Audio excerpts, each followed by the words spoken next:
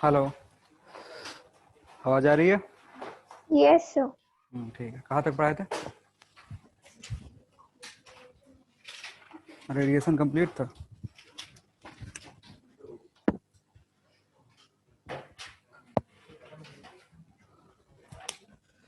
इसमें बस theory theory है, ज़्यादा फॉर्मूला कुछ है नहीं। 3-4 लाइन की थ्योरी है, कन्वेक्शन खत्म।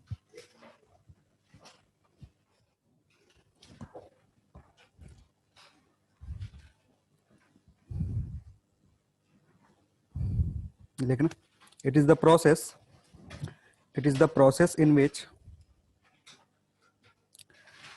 it is the process in which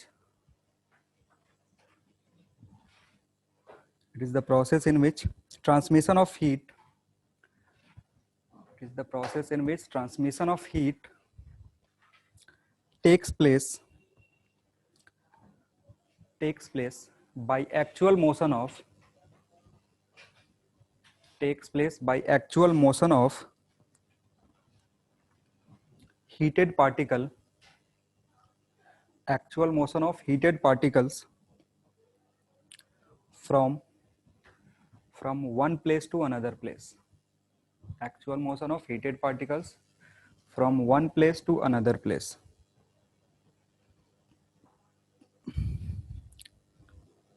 Full stop. It is an important heat transfer process. It is an important heat transfer process for it is an important heat transfer process for fluids. It is an important heat transfer process for fluids.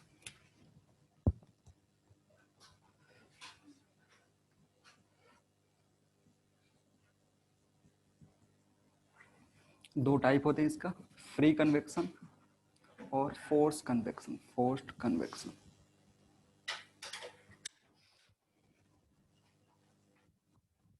इसमें क्या होता है, motion of particle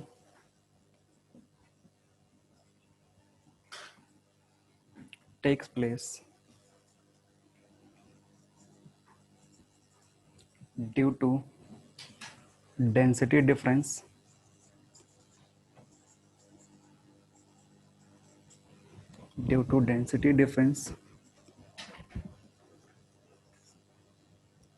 between particles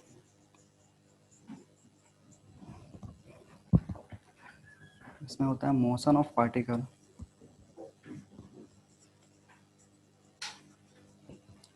takes place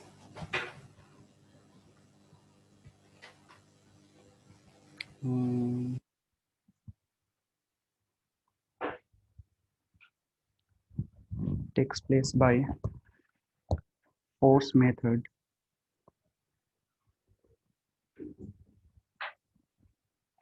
Example, using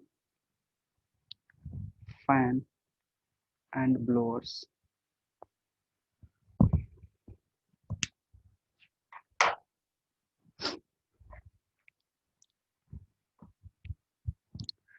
पहले वाले case में क्या होता है कि पार्टिकल में अलग अलग पॉइंट पे जो भी बॉडी है, अलग अलग पॉइंट पे डेंसिटी डिफरेंस होता है। डेंसिटी डिफरेंस के चलते जब डेंसिटी कम होता है तो वो पार्टिकल ऊपर जाने की कोशिश करता है, और जो हैवी पार्टिकल है वो नीचे आने की कोशिश करता है।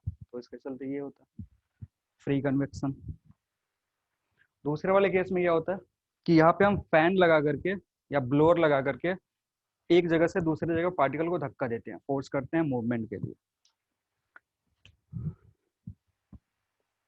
जैसे अगर ये पॉट है, इसमें वाटर रखा हुआ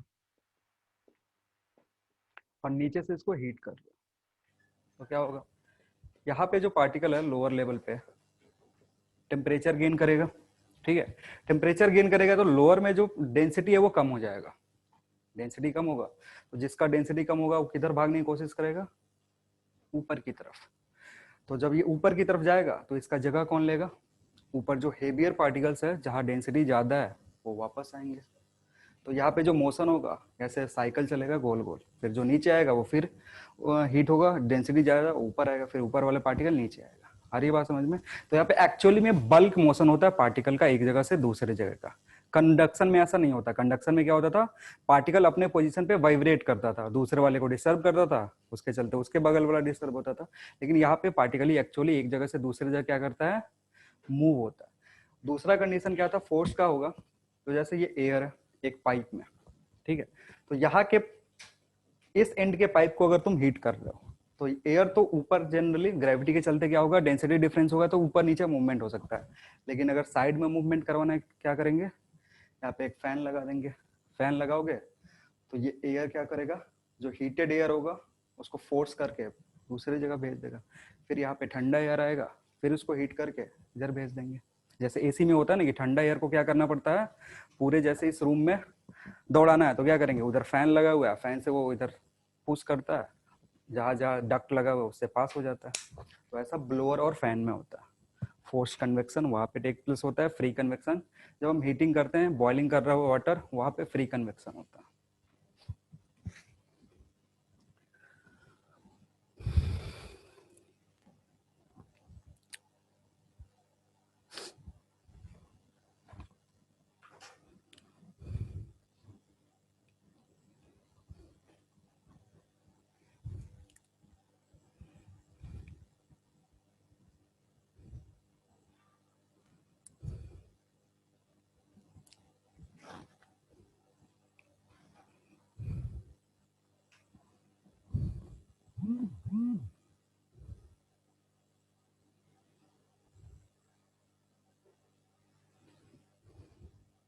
हो गया?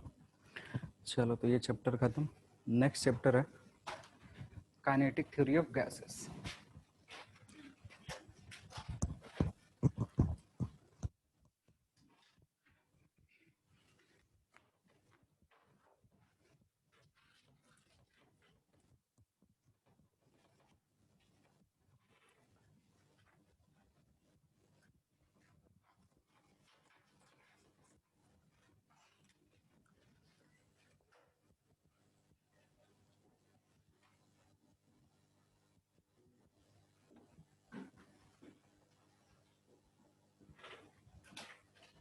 शॉर्ट फॉर्म में इसको केटीजी भी बोलते हैं। ये चैप्टर कॉमन है फिजिक्स और केमिस्ट्री दोनों में, ठीक है? जो केमिस्ट्री में पढ़ोगे वही चीज फिजिक्स में भी पढ़ोगे।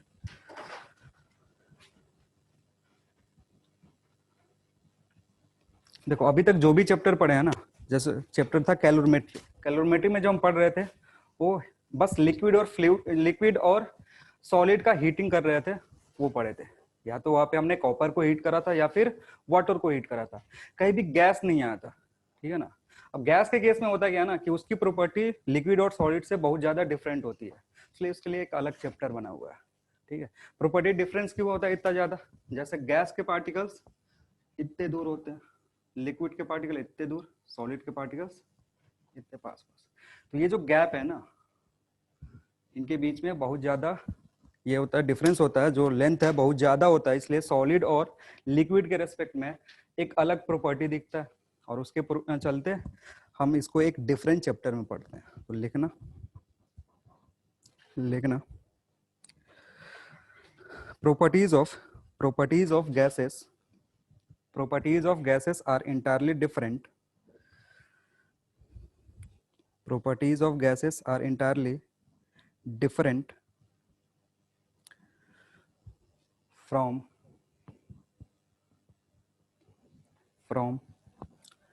those of solid and liquids, from those of solids and liquids.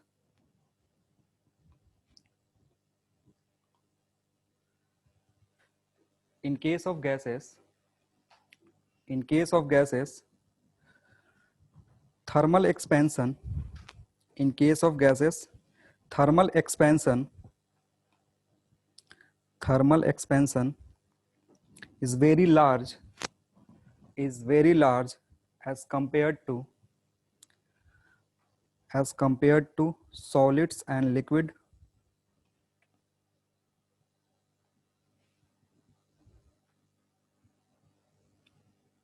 Full stop. Any change in the physical properties, any change in the physical properties, any change in the physical property depends on depends on depends on the process depends on the process depends on the process through which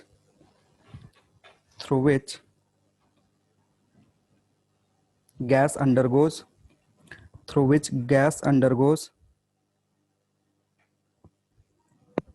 to state the property of a gas to state property of a gas to state property of a gas we need we need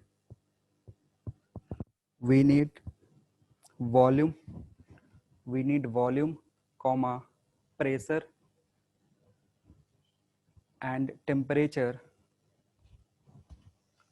We need volume, pressure and temperature to be specified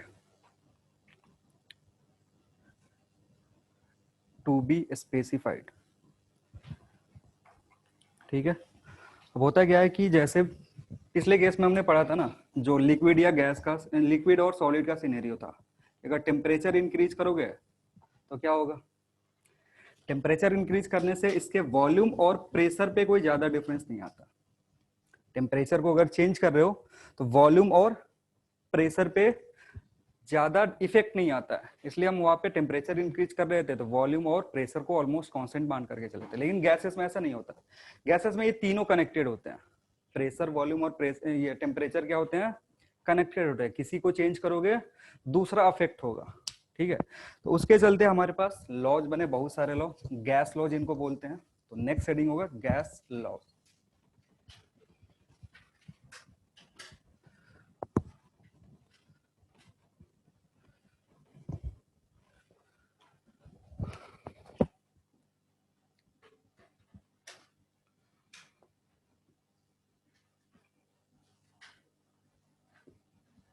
number 1 is Boyle's law. Gas law में जो पहला law है boils ने दिया था और इसको बोलते हैं बॉयल्स लॉ।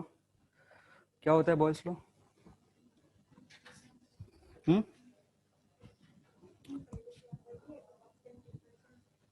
ठीक है, लिखो।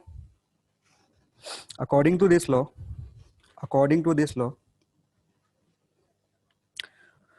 according to this law, for a given mass of gas, according to this law, for a given mass of gas, for a given mass of gas at constant temperature, for a given mass of gas at constant temperature,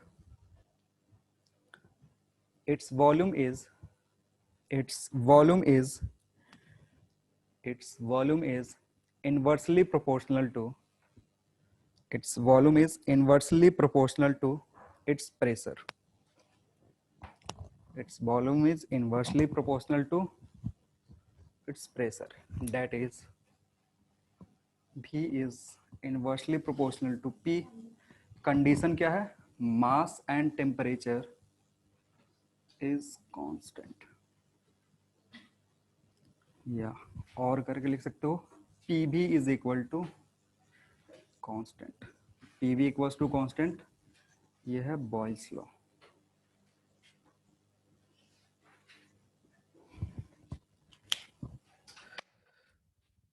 product of pressure and volume is constant, कब, जब temperature constant है और जो gas है उसका mass change नहीं कर रहे हो। तो ये गैस से रिलेटेड पहला लॉ आया था, जिसमें अगर वॉल्यूम चेंज करोगे तो प्रेशर के साथ क्या होगा, कीपिंग टेम्परेचर कांस्टेंट। ठीक है, अगर ग्राफ प्लॉट करोगे कैसा आएगा, PV का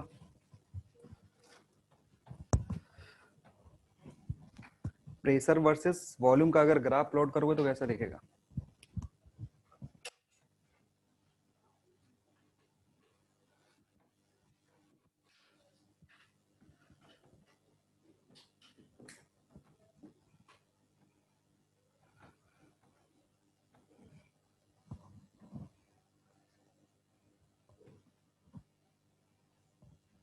रेक्टेंगुलर हाइपरबोला।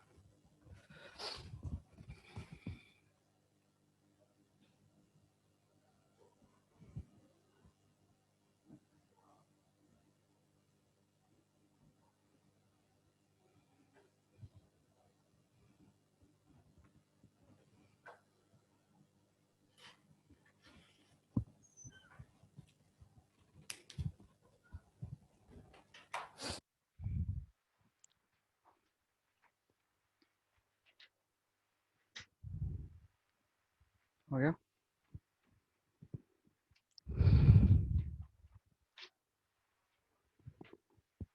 सेकंड लिखना। सेकंड लॉ जो है वो है चार्ल्स लॉ। Charles law.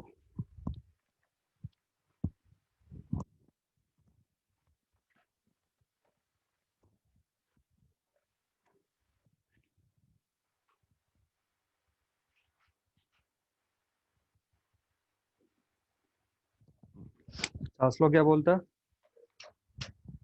लिखना। According to this law, according to this law, for a given mass, for a given mass, according to this law, for a given mass of gas, for a given mass of gas, for a given mass of gas at constant pressure, at constant pressure,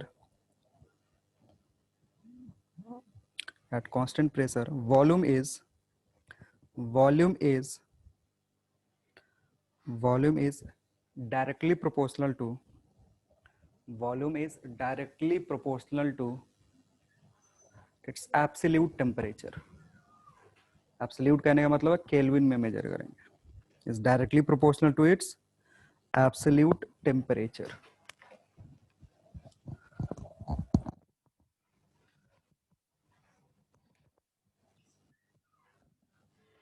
That is, volume is directly proportional to temperature, mass and pressure constant,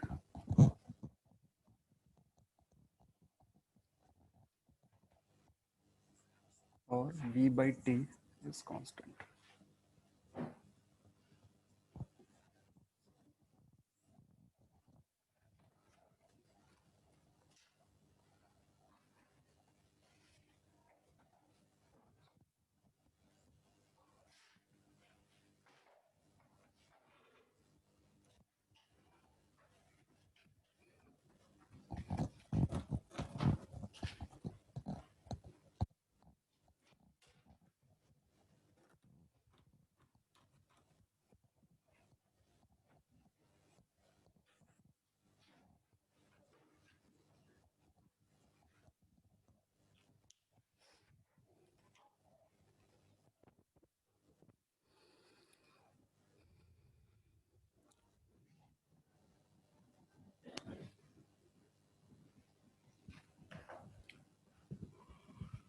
क्या होगा इसका graph कैसा होगा?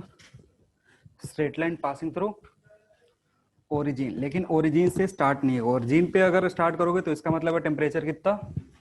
0. और 0 kelvin possible नहीं होता. तो अगर इसको केल्विन में रखे हो, टेम्परेचर केल्विन में, तो कभी यहाँ से टच मत करना. तो अगर यहाँ का टेम्परेचर T1 है, वॉल्यूम V1 है, यहाँ का टेम्परेचर T2, वॉल्यूम V2, तो यहाँ से लिख सकते हो T1 बाई V1 बराबर होगा T2 बाई V2 के.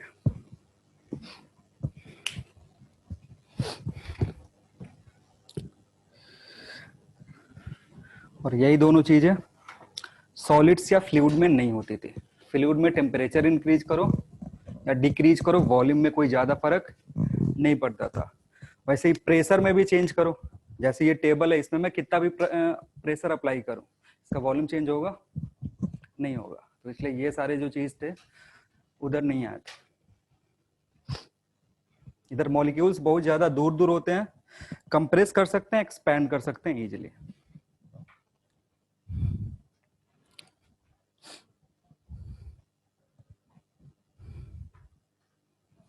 थर्ड लो गया. थर्ड लॉ है गे लुसेक्स लॉ।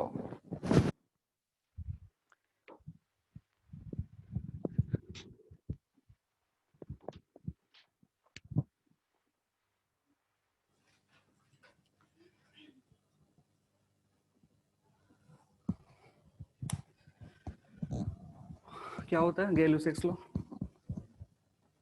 वॉल्यूम कांस्टेंट करोगे, चलो कर दो कांस्टेंट, वॉल्यूम और मास लिखना है इसमें, थर्ड लॉ में लिखना। According to this law for a given mass at constant volume, for a given mass at constant volume, pressure of a gas for a given mass at constant volume, for a given mass at constant volume, pressure is pressure is pressure is directly proportional to pressure is directly proportional to its absolute temperature.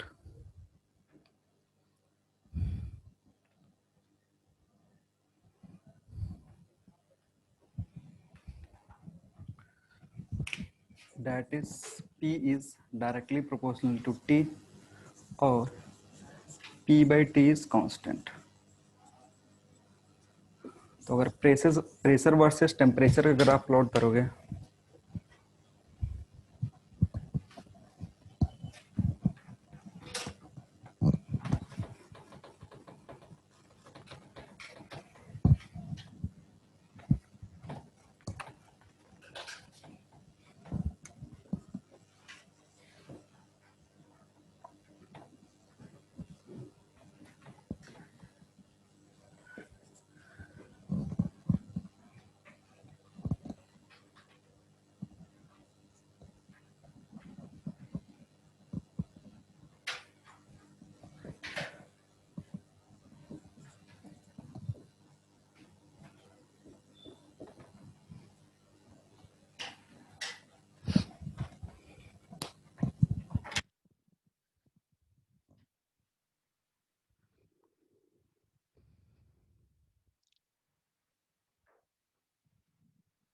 Temperature again Kelvin में,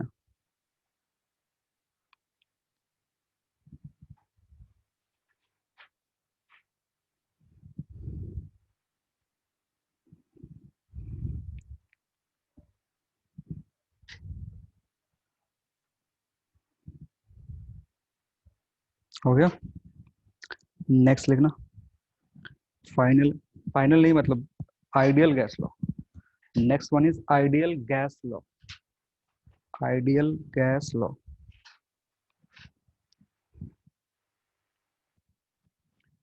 ideal gas law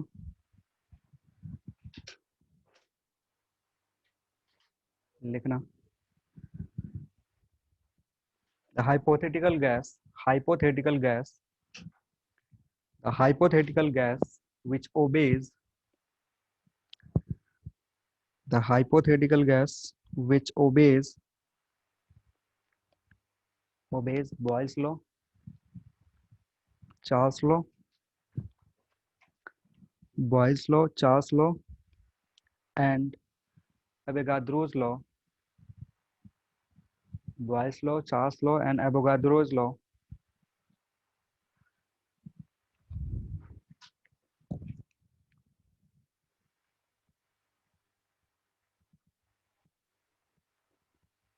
ये पढ़ेंगे अभी कुछ देर में, ये कुछ है नहीं। AVOGADRO,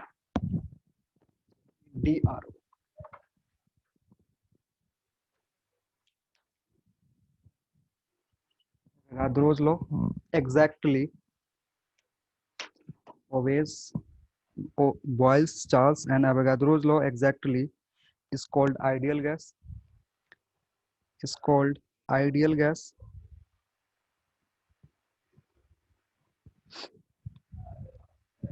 For an ideal gas, full stop दे करके, for an ideal gas for an ideal gas ratio of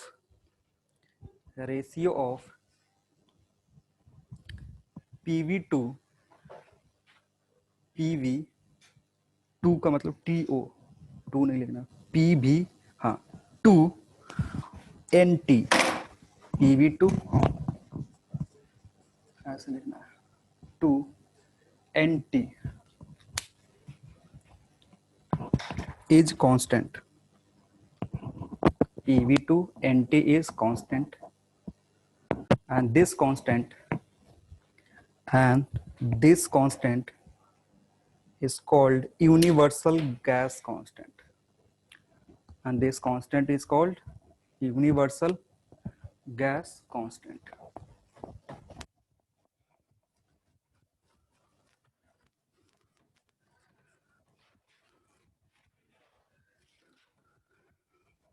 देखो ये एक हाइपोथेटिकल लॉ है, सॉरी हाइपोथेटिकल गैस है जो तीनों लॉ को एग्जैक्टली फॉलो करता है, ठीक है।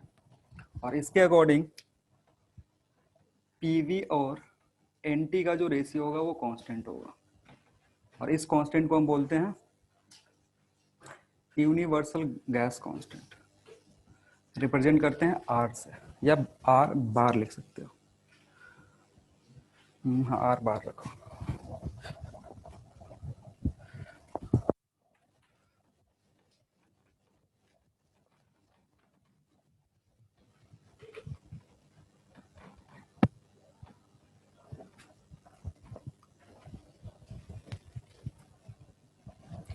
इसको सिंप्लीफाई करोगे तो क्या दिखेगा, PV equals to n R bar T.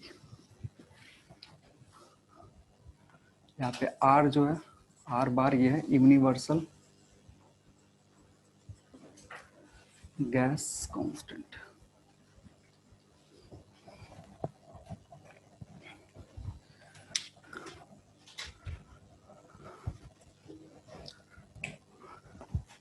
N क्या, नंबर ऑफ मोल्स,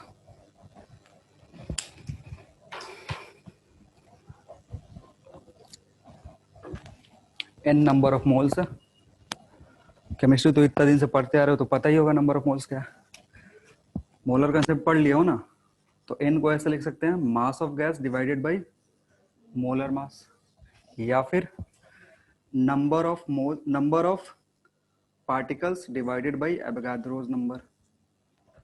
एन को रिप्लेस कर सकते हो ना ऐसे, mass of the gas divided by its molar mass, या फिर number of particles divided by Avogadro's number.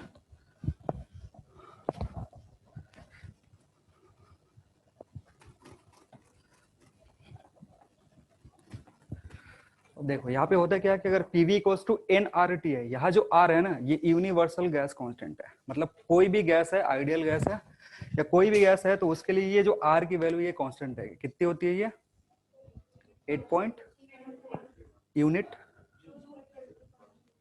हाँ। और एक और होता है इसका, जब उसको कन्वर्ट करोगे तो 0 पॉइंट, हाँ ठीक है। चलो तो ये पीवी इक्वल्स टू एनआरटी है ना, देखो इसमें थोड़ा सा मॉडिफिकेशन कर रहा है, एन को लिख रहा है m by capital M R bar T, ठीक है। इसको थोड़ा सा चेंज करके लिख रहे हैं, PV equals to m R by M into T, ठीक। यहां से जो फॉर्मूला आता है वो होता है PV equals to m R T, और यहां जो आर है ना उसको गैस कांस्टेंट बोलते हैं, गैस कांस्टेंट। गैस कांस्टेंट इसलिए बोल रहे हैं क्योंकि आर बार में पर्टिकुलर एटॉमिक नंबर से मल्टीप्लाई डिवाइड कर रहे हो, मतलब मोलर मास से डिवाइड कर रहे हो, तो जिस गैस के मोलर मास से डिवाइड करोगे उसी गैस के लिए इसको यूज कर सकते हो। जैसे ऑक्सीजन दे दिया तो किससे डिवाइड करोगे, आर बार में 32 से डिवाइड करोगे, O2 गैस अगर दे दिया तो 32 से डिवाइड करोगे। तो यहां से जो गैस कांस्टेंट है ना वो बस ऑक्सीजन के लिए यूज हो सकता है, वो यूनिवर्सल अब नहीं रहा। आ रही बात समझ में, इधर यूनिवर्सल है क्योंकि नंबर ऑफ मोल्स यूज कर रहे हैं, नंबर ऑफ मोल्स गैस बता दिया कि गैस बताए या ना बताए कोई फर्क नहीं पड़ता है, लेकिन अगर मास के फॉर्म में देगा ना तो तुमको बताएगा this much mass is present for this gas, तो उस केस में तुमको गैस कांस्टेंट उस मास के लिए यूज करना पड़ेगा, और नहीं तो नंबर ऑफ मोल्स निकाल लो और सीधे ये फॉर्मूला यूज कर दो। आ रही बात समझ में? थोड़ा सा इसको और चेंज करेंगे।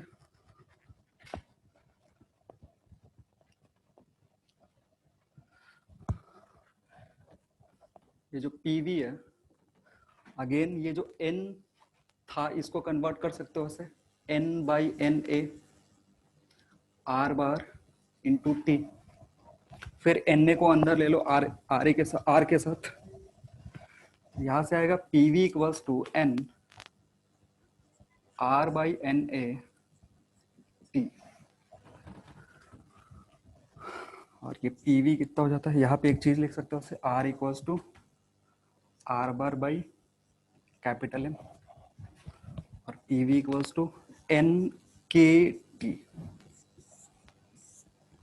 Where k is equal to R bar by N A. इसको क्या बोलते हैं, बोल्ट्जमैन कांस्टेंट।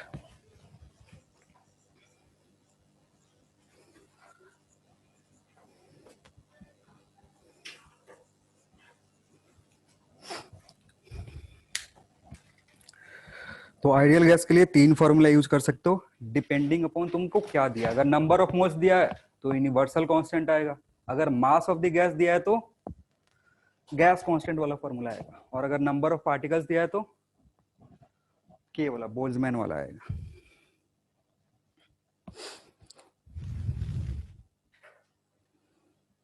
एवोगाड्रो नंबर की वैल्यू कितनी होती है, और जब उसमें 8 पॉइंट ये उसको डिवाइड करोगे 8.314 से तो कितना आएगा, लिख लो।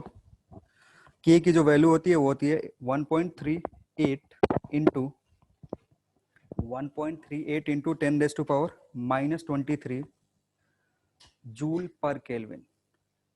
यूनिट है इसका जूल पर केल्विन। और आर बार का तो वैल्यू सबको याद ही होगा, आर बार का यूनिट क्या होता है 1.314 यूनिट पर मोल या पर किलो मोल,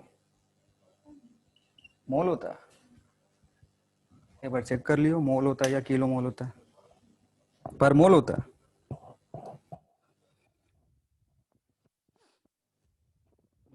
हटा लो ना,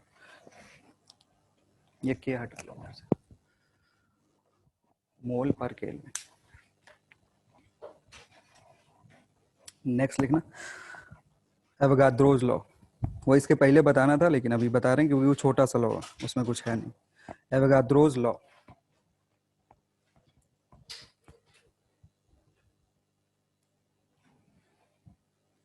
according to this law, according to this law, according to this law, at same temperature, according to this law, at same temperature and pressure, at same temperature and pressure,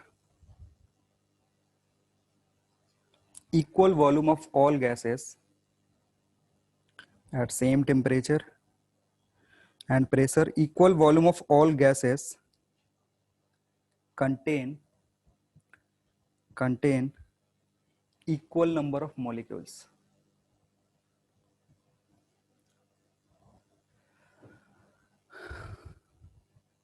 ठीक है, मतलब contain के बाद क्या, contain equal number of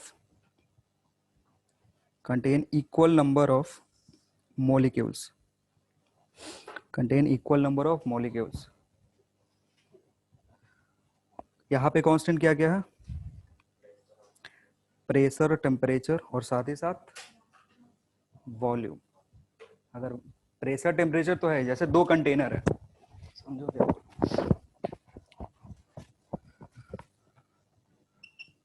2 container है, इसका भी pressure और टेम्परेचर, इसका भी प्रेशर और टेम्परेचर क्या है, सेम है।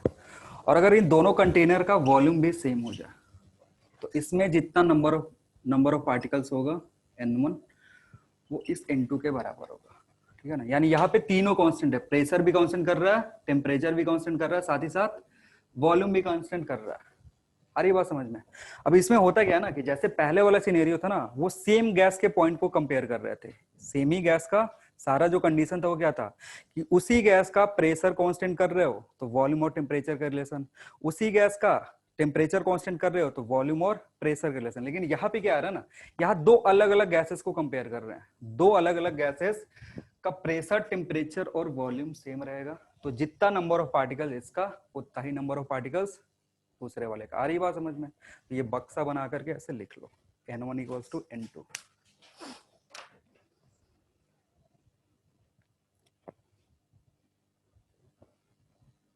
बक्सा नहीं सुने थे पहले कभी? हाँ, भोजपुरी है।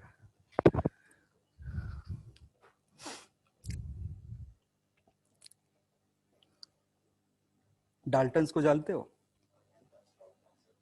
मिले हो? अच्छा, लॉ जानते हो उनका? बढ़िया। मिलने की कोशिश मत करना, नहीं तो फिर जाना पड़ेगा। नेक्स्ट लिखो, बक्सा बना लिए और नीचे लिख देना N1 equals to N2। Bracket में क्या लिखोगे, सामने जैसे लिखते थे ऐसे लिख देना N1 बराबर N2 और एक बॉक्स बना के लिखोगे P, T and V constant. और बाकी के जो तीनों लॉ थे ऊपर वाले और ये एक लॉ है, इसमें बस डिफरेंस मैंने क्या बताया कि पहले हम सेम गैस के अलग अलग पॉइंट को कंपेयर कर रहे थे, इसमें क्या कर रहे हैं, दो बक्से में अलग अलग गैस रखे हैं उनको कंपेयर कर रहे हैं कि क्योंकि अगर उनका प्रेशर टेम्परेचर कांस्टेंट है, वॉल्यूम चेंज करोगे ना तो मे बी N1 N2 बराबर नहीं होगा, लेकिन अगर वॉल्यूम भी सेम हो गया तो जितना नंबर ऑफ पार्टिकल्स इसमें उतना ही नंबर ऑफ पार्टिकल्स इसमें। ठीक है, नेक्स्ट लॉ है ग्राहम्स लॉ। अरे यार अब तो बोर्ड मिटाने का मन ही नहीं कर रहा। स्पेलिंग लिख लोगे ग्राम्स का? अभी इधर बस थ्योरी थ्योरी चल रहा है और थ्योरी फिजिक्स टीचर को पढ़ाने का मन नहीं करता है, हमारा मन होता है खाली न्यूमेरिकल सॉल्व करते रहो। अब देखो ये बोर्ड भी ड्रामा कर रहा है, मिटेगा नहीं।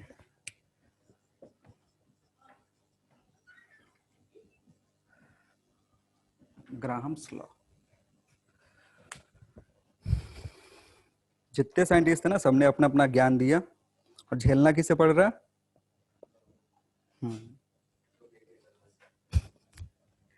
चलो लिखो, according to this law, according to this law, according to this law, at same temperature and pressure, at same temperature and pressure, at same temperature and pressure, the rate of diffusion, the rate of diffusion of gas, rate of diffusion of gas is inversely proportional to, is inversely proportional to square root of, is inversely proportional to square root of density of the gas, square root of density of the gas, that is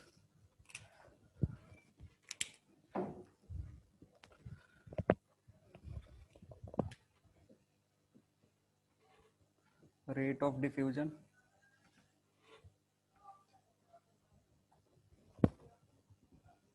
R is inversely proportional to 1 by under root rho. Condition क्या है, क्या क्या constant होना चाहिए? तो लिख दो bracket में जैसे वहां लिखा हुआ है, प्रेशर एंड टेम्परेचर कांस्टेंट होना चाहिए।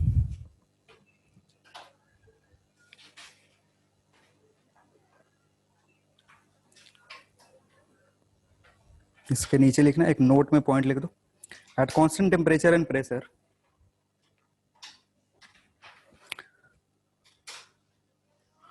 at constant temperature and pressure, the RMS speed of diffusion, RMS speed पढ़ेंगे आगे, the RMS speed of diffusion, RMS speed of diffusion of two gases, of two gases is inversely proportional to, of two gases is inversely proportional to square root of square root of their relative density, square root of their relative density. ये same चीज था ना, इधर R1 R2 ऐसे लिखोगे तो क्या हो जाएगा, रूट ओवर √2 बाई √1, इधर से ही आया है नोट। तो कभी कभी क्या आता है ना, रिलेटिव डेंसिटी देता था, तो ये जो टर्म है ये रिलेटिव डेंसिटी तो है, उस फॉर्म में लिख सकते हो।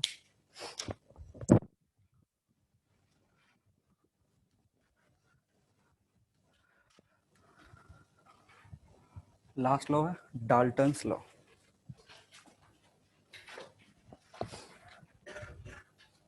डाल्टन्स लॉ लिखना, according to this law, according to this law, Dalton's DALTONS, Dalton's law,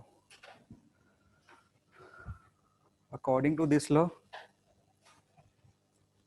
the pressure exerted by the pressure exerted by a mixture, the pressure exerted by a mixture of several gases, of several gases is equal to, several gases is equal to pressure exerted by, pressure exerted by individual gases, individual gases when kept under,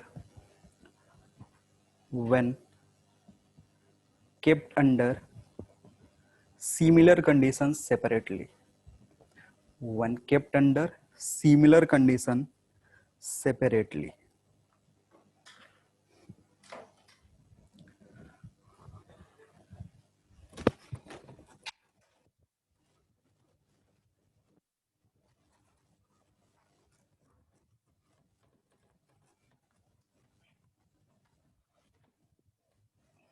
देखो एक box है, इसमें बहुत सारे mixture है gases के, जैसे gas 1 2 3 and up to n gas इसमें रखा हुआ है। तो कह रहा है कि ये सारे गैस जो है ये मोशन में होंगे, वो सारी चीजें आगे पढ़ेंगे कैसे रिलेशन होता है, मोशन में होंगे तो ये दीवार से टकराएंगे, खुद से भी कोलिजन होगा, उसके चलते क्या होगा, प्रेशर एक्सर्ट करेंगे। तो यहाँ पे कंटेनर पे कुछ प्रेशर आएगा P, वो प्रेशर बराबर होगा P1 plus P2 plus P3 and so on up to Pn।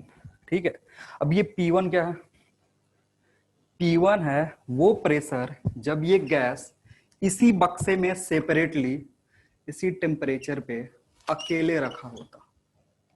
अरे बात समझ में, सुन लो एक बार क्या होगा। जैसे P नेट जो है ना वो है क्या, P1 plus P2 plus P3 up to Pn add करोगे तो टोटल प्रेशर मिलेगा।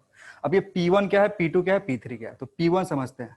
सारे गैसेस निकाल दो, बस एक गैस को यहाँ पे रखो, टेम्परेचर सेम रहना चाहिए, वॉल्यूम सेम रहना चाहिए, तो कंटेनर पे कुछ प्रेशर लगाएगा, तो that pressure is what, P1। वैसे ही 1 को हटा दिए, अकेले 2 को बस रखे, उतने ही टेम्परेचर पे उतने ही वॉल्यूम पे, तो जो प्रेशर वॉल पे लगाएगा वो P2। आ रही बात समझ में, तो P1 P2 P3 जब सेपरेटली रख लेना तो उसी बक्से पे कितने का प्रेशर लगा रहे हैं सबका सम कर दो, तो प्रेशर के बराबर होगा, टोटल प्रेशर के बराबर। आ रही बात समझ में। तो ये किसने बताया था, इसमें कुछ है, लेकिन भैया के नाम से लॉ बना हुआ है, लिख लो।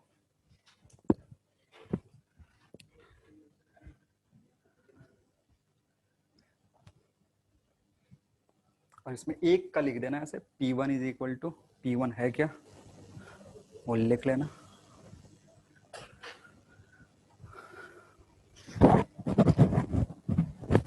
P1 क्या है, pressure applied by gas 1, P1 is pressure applied by gas 1 when kept separately, pressure applied by gas 1 when kept separately under same condition, under same condition मतलब वॉल्यूम और टेम्परेचर कांस्टेंट रहना चाहिए।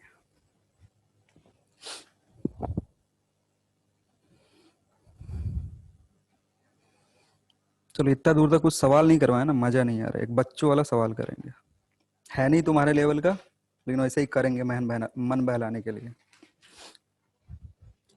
लिखना problem. N ideal gas, N ideal gas, an ideal gas has been placed, an ideal gas has been placed in a tank, in a tank at 30 degree, at 37 degree Celsius. Repeat कीजिए थोड़ा सा।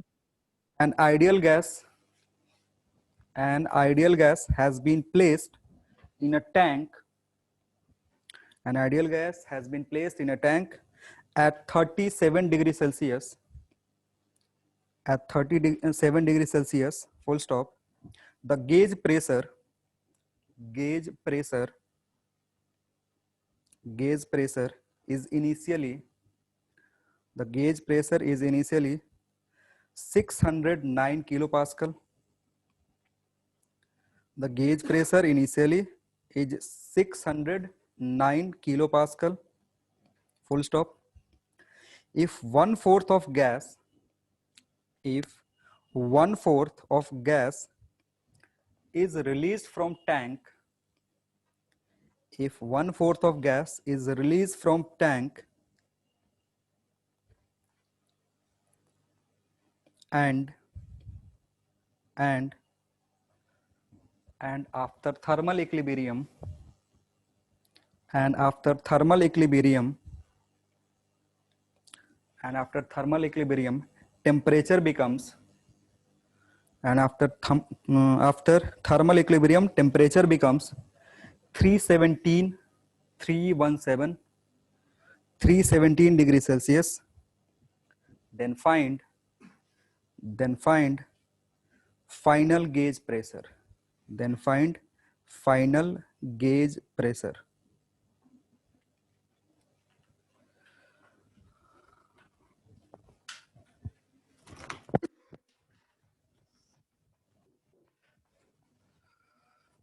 अगर chemistry वाले sir ये पहले पढ़ा चुके होते तो हम इतना सब उड़ा देते हैं। लास्ट ईयर नहीं पढ़ाए थे ये सब। ये लॉ पढ़ाने का काम केमिस्ट्री वाले सर का है। हो गया? वो हमसे बोले नहीं पढ़ाए यार, बताओ यार, बेवकूफ बना दिए। वही सब पढ़ाए थे ना, तो बोलना चाहिए था। आज का क्लास ऐसे ही, बस तुम का है सदमे में हो, नींद आ रहा है, तो कुछ कर नहीं सकते हैं। खाना ज्यादा खा लिए थे क्या? लंच नहीं खाए थे तो भी बोरिंग तो है ये वाला पोर्शन। केमिस्ट्री क्या है ना यार, कुछ नहीं कर सकते हैं। सॉल्व करो, सवाल करो, देखते हैं कहीं नींद भाग जाए। अरे उतना पीछे काहे पलट रहे हो? अच्छा मैच करवा रहे हो कि केमिस्ट्री वाले सर ये सब पढ़ाएं कि नहीं? चैप्टर उड़ा दें? नहीं उड़ा है?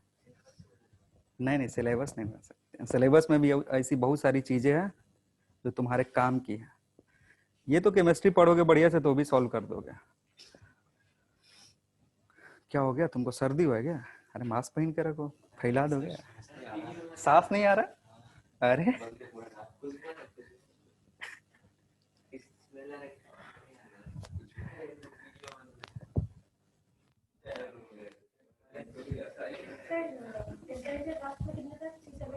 हाँ 317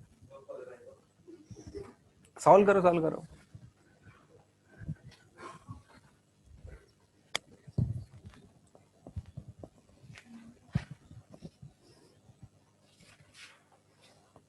देखो सवाल तो बहुत ही आसान है, इसे करना है। P1 V1 by T1 equals to P2 V2 by T2 given number of, वो जो है उसको ध्यान रखोगे तो थोड़ा सा चेंज आएगा, क्योंकि इधर N1 आएगा ऐसा कुछ और इधर N2 आएगा, और उसके अकॉर्डिंग पुट करोगे।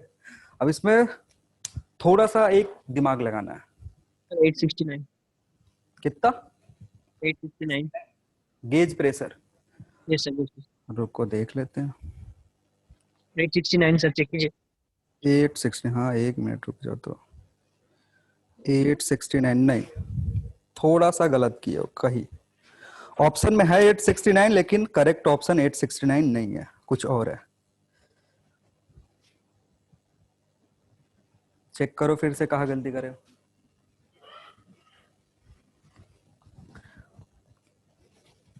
गेज प्रेशर वाला टर्म पढ़ा है तो याद है तुम लोग को? यहाँ जो प्रेशर दिया हुआ ना वो एब्सोल्यूट प्रेशर नहीं दिया हुआ है। कौन सा प्रेशर दिया हुआ है? गेज प्रेशर दिया हुआ है। गेज प्रेशर में से हम एटमॉस्फेयर मतलब एब्सोल्यूट प्रेशर में से एटमॉस्फेरिक प्रेशर घटा देते हैं तो क्या बनता है? तो जब इस फॉर्मूला में पुट करोगे ना, तो इस फॉर्मूला में absolute pressure and absolute temperature put करते हैं। ये दोनों वैल्यू क्या होनी चाहिए? एब्सोल्यूट होनी चाहिए। लेकिन सवाल में क्या दिया हुआ है? P1 जो दिया हुआ वो गेज प्रेशर है। ये निकलेगा कैसे? P1 एक्चुअली होता है गेज प्रेशर होता है क्या है? P absolute minus P atmospheric. तो तुमको P1 अगर चाहिए तो P1 will be P1G plus PATM। यहां से जो वैल्यू आएगा वो इधर पुट करोगे। आ रही है बात समझ में?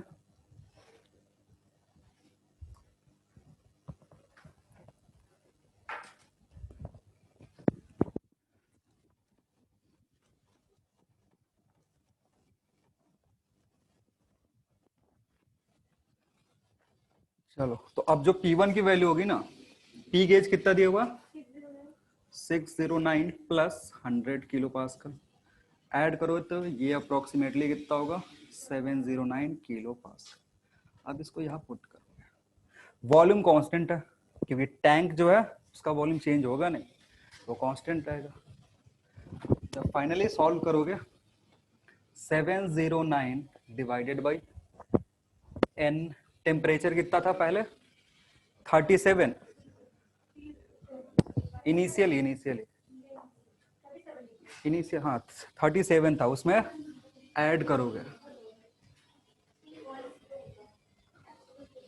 हाँ ऐड करेंगे तो 310। प्रेशर कैलकुलेट करना है P2। N2 कितना होगा? 3n/4 क्योंकि 1/4 निकल गया तो बचा कितना? 1/4 पार आ गया ना, तो बचा कितना? 3n/4 क्योंकि इनिशियली n लिया है। 1/4 निकालोगे इतना बचेगा। टेम्परेचर फाइनली कितना हो जाएगा? ऐड कर दोगे ना 317 में 273 ऐड कर दोगे।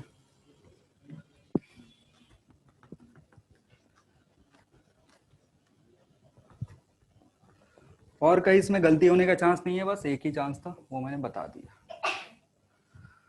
सॉल्व करोगे P2 आएगा, लेकिन जो P2 आएगा वो एब्सोल्यूट होगा, ठीक है। लेकिन तुमसे सवाल में क्या पूछ रहा है? गेज प्रेशर पूछ रहा है। तो P2G निकलेगा P2 माइनस PATM। 100 घटा लेना जो भी आंसर आएगा उसमें से। फाइनल आंसर जो होगा वो होगा 912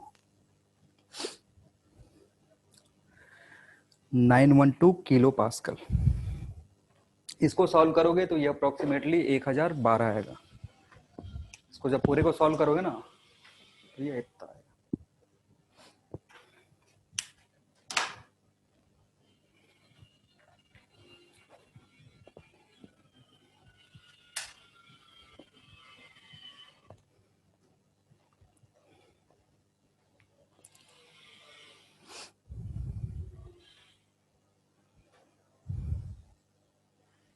हो गया?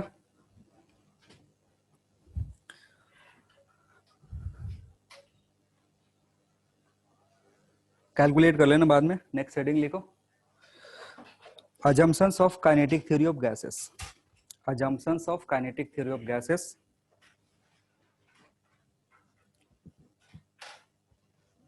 assumptions of kinetic theory of gases।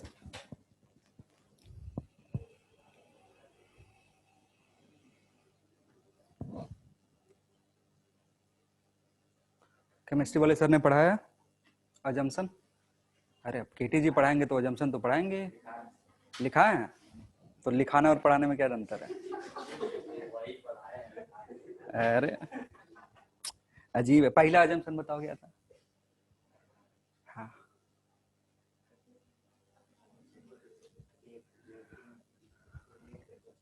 जल्दी जल्दी बस ऐसे लिख लो।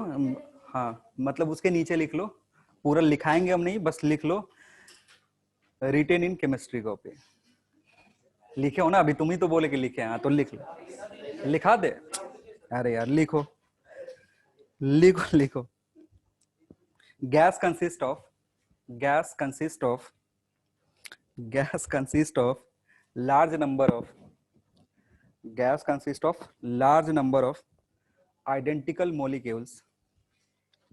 Gas consists of large number of identical molecules which move randomly in all possible directions. Which move randomly in all possible directions. ठीक है, पहला जंक्शन क्या है कि जो नंबर ऑफ पार्टिकल्स है ना, सबका साइज क्या होगा, सेम होगा. ऐसा नहीं कि एक इतना और एक इतना, साइज सबके सेम होने चाहिए. अगर एक इतने का है तो दूसरा भी इतने का होगा. एक इनका जो मोशन होगा वो तुम प्रिडिक्ट नहीं कर सकते हो कौन किधर जाएगा. तो जो डायरेक्शन होता है मोशन का वो रैंडम होता है. ये पहला जंक्शन है. दूसरा क्या लिखो, the size of molecules the size of molecules the size of molecules is much smaller than the size of molecules is much smaller than average separation between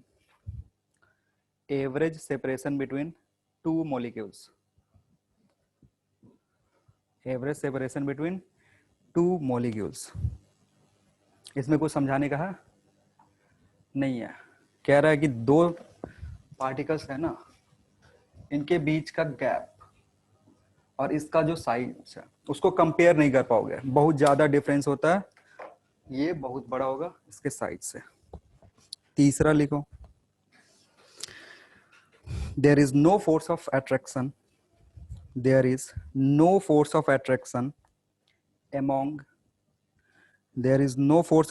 among molecules that is molecules do not interact with each other. That is, molecules do not interact with each other. Molecules do not interact with each other. कोई भी interaction नहीं होता है, मतलब gravitational भी नहीं, ना तो ग्रेविटेशनल ना तो इलेक्ट्रोस्टैटिक मैग्नेटिक, कोई इंटरेक्शन नहीं होगा. तो यानी जो भी एनर्जी आएगा उसका एक ही तरीका हो सकता है. कौन सा? Internal energy due to temperature. सारी बात में अगर इंटरेक्शन होता तो इंटरेक्शन के चलते मे भी ग्रेविटेशनल पोटेंशियल एनर्जी आता. अगर इलेक्ट्रिक फील्ड के चलते जो इलेक्ट्रोस्टैटिक फोर्स आता उसके चलते इलेक्ट्रोस्टैटिक एनर्जी आ जाती. और अगर मैग्नेटिक वाला बिहेवियर होता तो फिर मैग्नेटिक एनर्जी आता. लेकिन ऐसा कुछ नहीं होता है, ना तो ग्रेविटेशन ना तो इलेक्ट्रोस्टैटिक ना तो मैग्नेटिक. तो जो भी एनर्जी स्टोर करते हैं गैसेस वो किसके चलते होता है, उसका बस एक ही तरीका है. कौन सा? Due to temperature, by the virtue of temperature. और उस टेम्परेचर के चलते जो एनर्जी स्टोर होती है उसको क्या बोलते हैं? Internal energy. आ रही है बात समझ में? तो लिख दो, दैट इज, नीचे लिखना, दैट इज टोटल एनर्जी या total internal energy. Total internal energy. Sir ये फोर्थ पॉइंट है? नहीं, उसी point. That is total internal energy of gas is due to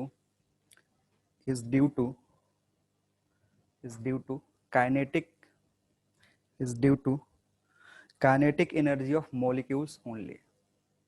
Due to kinetic energy of molecules only. और अगर kinetic energy है तो particle तभी मूव करते हैं जब एब्सोल्यूट टेम्परेचर से ऊपर होंगे. Next point number 4.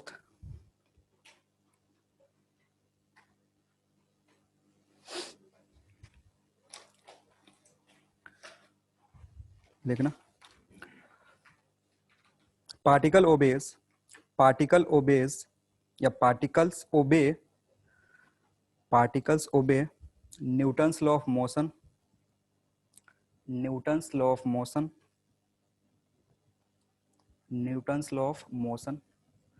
ब्रैकेट में लिख सकते हो translatory.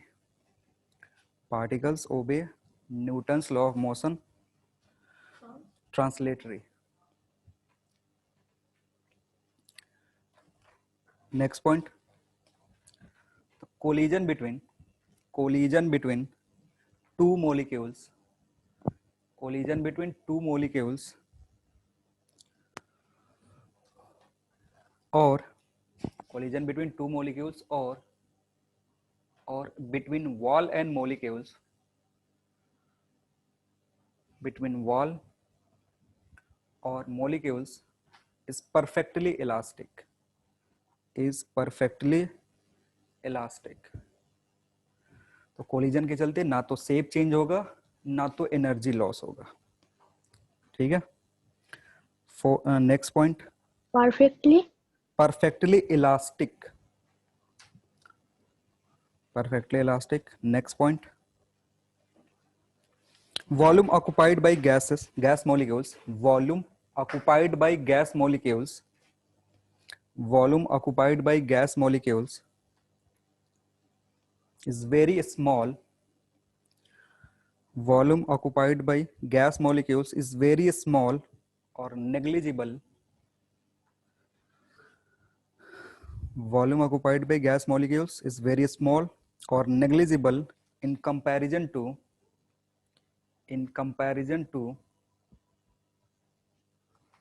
volume occupied by gas molecules here is very small or negligible in comparison to volume of container, is very small compared to, ठीक है। गैस का काम क्या है ना कि वो जैसे अगर किसी कंटेनर में फिल करोगे तो क्या होंगे, पूरा का पूरा जगह ढक लेंगे, मॉलिक्यूल्स दूर दूर होते हैं, ठीक। अगर ये सारे मॉलिक्यूल्स को एक जगह कंबाइन करके लाओ ना तो एक्चुअल में ये इतना ही वॉल्यूम कवर करेंगे, बाकी का सारा क्या होगा, एम्प्टी होगा, क्योंकि दो मॉलिक्यूल्स के बीच का जो गैप होता है ना वो बहुत ज्यादा होता है। तो अगर सबको कंप्रेस करोगे ना तो इतने वॉल्यूम में कन्फाइन करके रख सकते हो सारे मॉलिक्यूल्स को, बाकी क्या रहेगा, एम्प्टी रहेगा, ठीक है। नेक्स्ट पॉइंट लिखना, नेक्स्ट पॉइंट, ये लास्ट पॉइंट है। Gas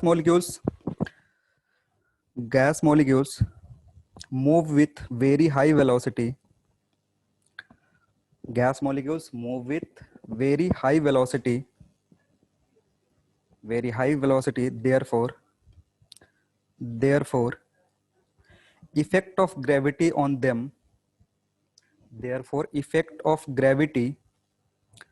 them, is negligible, effect of gravity on them is negligible, due to which density remains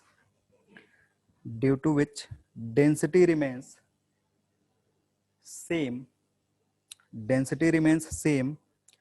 throughout the vessel या throughout the container, density remains same throughout the container।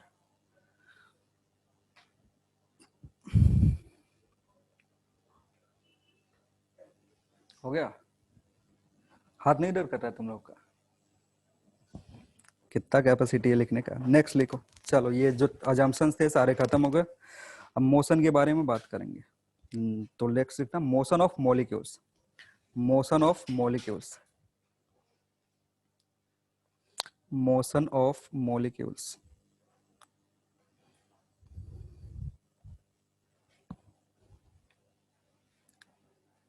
कितने type का velocity होता है particles के पास, हाँ 3 type का, कौन कौन सा, इंस्टेंटेनियस, मोस्ट प्रोबेबल और आरएमएस, ठीक है।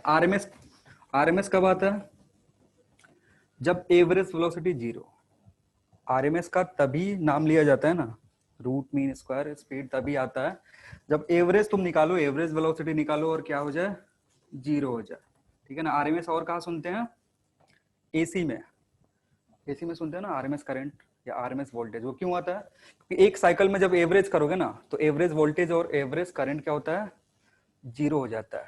तो अगर 0 हो जाता है तो कभी भी वेरिएशन जहाँ होता है ना, वेरिएशन में हम काम कैसे चलाते हैं, एवरेज से।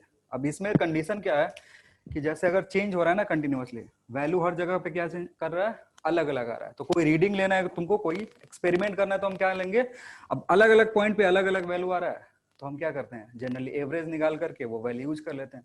लेकिन इसके साथ एक दिक्कत होता है, अब एवरेज निकालोगे तो क्या हो जाएगा, 0 हो जाएगा, तो फिर एक्सपेरिमेंट ऐसे ही बेकार हो गया। तो उसके लिए हमने क्या निकाला, हमने नहीं, साइंटिस्टों ने जुगाड़ निकाला। क्या करा, कहा भैया हम इसको पहले स्क्वायर करेंगे, स्क्वायर करेंगे तो ये जो नेगेटिव वाला वैल्यू है ना, ये कहाँ चला गया, ऊपर, ये पॉजिटिव हो गया। अब ऐड कर देंगे, फिर रूट ले लेंगे, तो स्क्वायर को क्या होगा, कंपनसेट कर देगा, तो इसलिए आरएमएस की जरूरत पड़ती है। तो पहला लिखना instantaneous velocity, instantaneous velocity. Instantaneous velocity क्या होता है, किसी पॉइंट पे एक पार्टिकल को पकड़ो, उससे पूछ लो कि कितने स्पीड से जा रहे हो बे, तो बता देगा वो, उसके क्या हो जाएगी, इंस्टेंटेनियस वेलोसिटी। ऐसे पूछना मत, इज्जत से थोड़ा बात करना, नहीं तो कहाँ से निकल जाएगा पता भी नहीं चलेगा।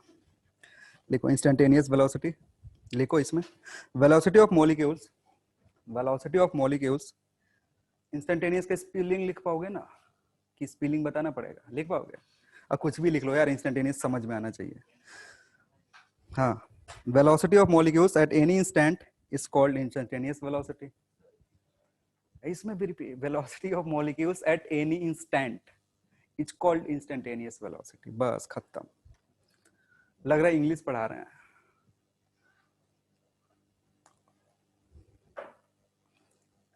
ठीक है, full stop. different molecules may have different instantaneous velocity. Different molecules may have different instantaneous velocity.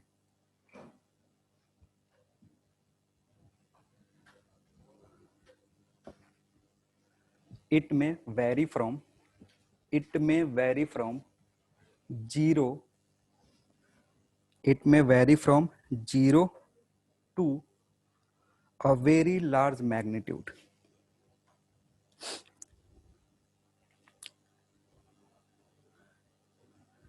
ठीक है, किसी से पूछोगे वो कहेगा हम रेस्ट में हैं। रेस्ट में क्यों, मे बी कोलिजन हुआ होगा, ठीक है ना, क्योंकि कोलिजन होगा तो पार्टिकल थोड़ा देर रेस्ट में आएगा, फिर अपना डायरेक्शन चेंज करेगा।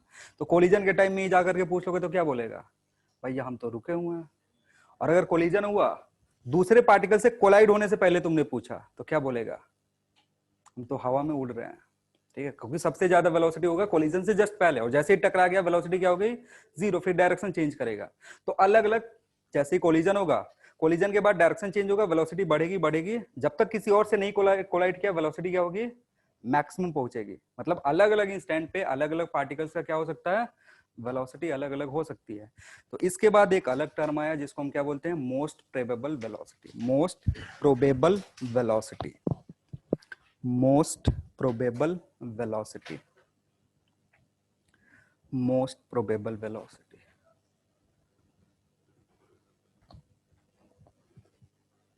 अब मोस्ट प्रोबेबल वेलोसिटी क्या है, ठीक है, अब तुम अगेन पार्टिकल के सामने घुस गए, पूछ रहे हो तुम अपना वेलोसिटी बताओ, तो 10 पार्टिकल पकड़े, उसमें से 8 बोल रहे हैं ना मेरा वेलोसिटी 10 किलोमीटर पर आ रहा है, तो वो जो वेलोसिटी होगी क्या होगी, मोस्ट प्रोबेबल वेलोसिटी होगी। सबसे पूछा, मतलब बहुत सारों से पूछा, उसमें जो मेजर वाले पार्टिकल है ना, उन्होंने एक ही वेलोसिटी बताया, तो उस वेलोसिटी को उस इंस्टेंट के लिए क्या मान लेंगे, मोस्ट प्रोबेबल वेलोसिटी मान लेंगे, क्योंकि जिससे भी पूछो क्या बता रहा है, वही बता रहा है। तो लिख लो मोस्ट प्रोबेबल वेलोसिटी किसको बोलते हैं, लिखना the velocity with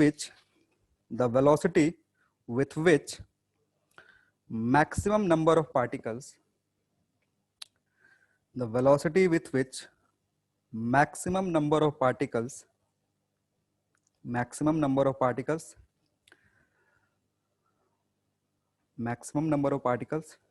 travels at a point is called most probable velocity, is called most probable velocity। कितना होता है मोस्ट प्रोबेबल वेलोसिटी, अरे कुछ फॉर्मूला होगा ना इसका, √2RT। यहाँ R क्या है, कैपिटल M मतलब मोलर मास। ठीक है, इसके अलग अलग फॉर्म में, के में भी चेंज कर सकते हो और गैस कांस्टेंट के भी टर्म में भी चेंज कर सकते हो। तो उसके नीचे लिख लेना VMPS, most probable speed, 2R बार T। R बार यहाँ क्या है, यूनिवर्सल गैस कांस्टेंट है। जब यूनिवर्सल गैस कांस्टेंट आता है तो मोलर मास आता है, ठीक है।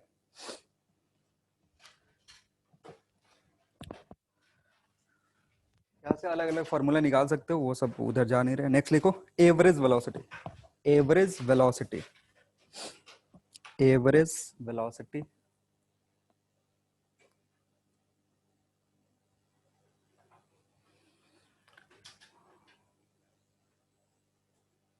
लिखना। The average velocity, average velocity for average velocity for n molecules, for n molecules in a given container, for a given container is 0. n molecules for a given for a, क्या लिख रहे हो? हाँ, in a given container is 0. तो होता क्या है ना कि जैसे अगर v एवरेज निकाल लो तो v1 plus v2 plus v3 up to n तक ऐड करोगे, डिवाइडेड बाई n करोगे तो ये एवरेज देगा। अब इसमें होता है क्या ना कि कोई कोई पार्टिकल, अगर गिवन क्रॉस सेक्शन की बात करो, इधर से कोई इधर जंप कर रहा होगा, कोई इधर जा रहा होगा, किसी का डायरेक्शन इधर की तरफ, किसी का इधर की तरफ, किसी की वेलोसिटी कम है, किसी की वेलोसिटी ज्यादा है, किसी की 0 है। तो जब सबको ऐड करते हैं ना तो फाइनल वेलोसिटी मिलता है वो कितना मिलता है? सबका डायरेक्शन और मैग्नीट्यूड ऐड करके जब उसको n से डिवाइड करोगे तो फाइनली वेलोसिटी कितनी आ जाती है? 0 हो जाती है। अब इसी के 0 आने के चलते हमें एक नया टर्म से डील करना पड़ता है, and that is what? Root mean square. ये 0 नहीं आता तो आरएमएस पढ़ना नहीं पड़ता।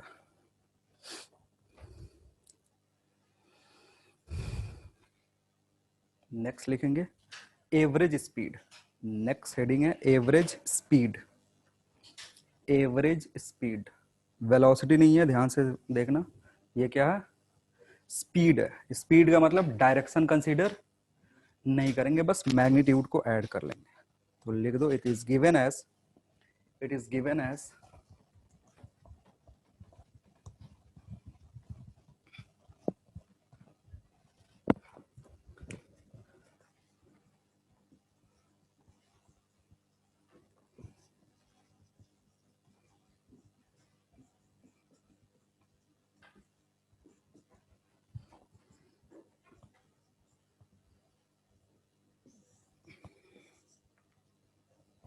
डायरेक्शन ध्यान नहीं दोगे ना तो वो जो माइनस प्लस साइन वाले कट रहे हैं इधर से, वो कटेंगे नहीं, बस मैग्नीट्यूड ऐड होते जाएगा। तो इससे यहाँ से फाइनली वैल्यू आती है। ये 0 नहीं होता, नॉन 0 होता है। और वी एवरेज का जो वैल्यू होता है that is equal to root 8r/m।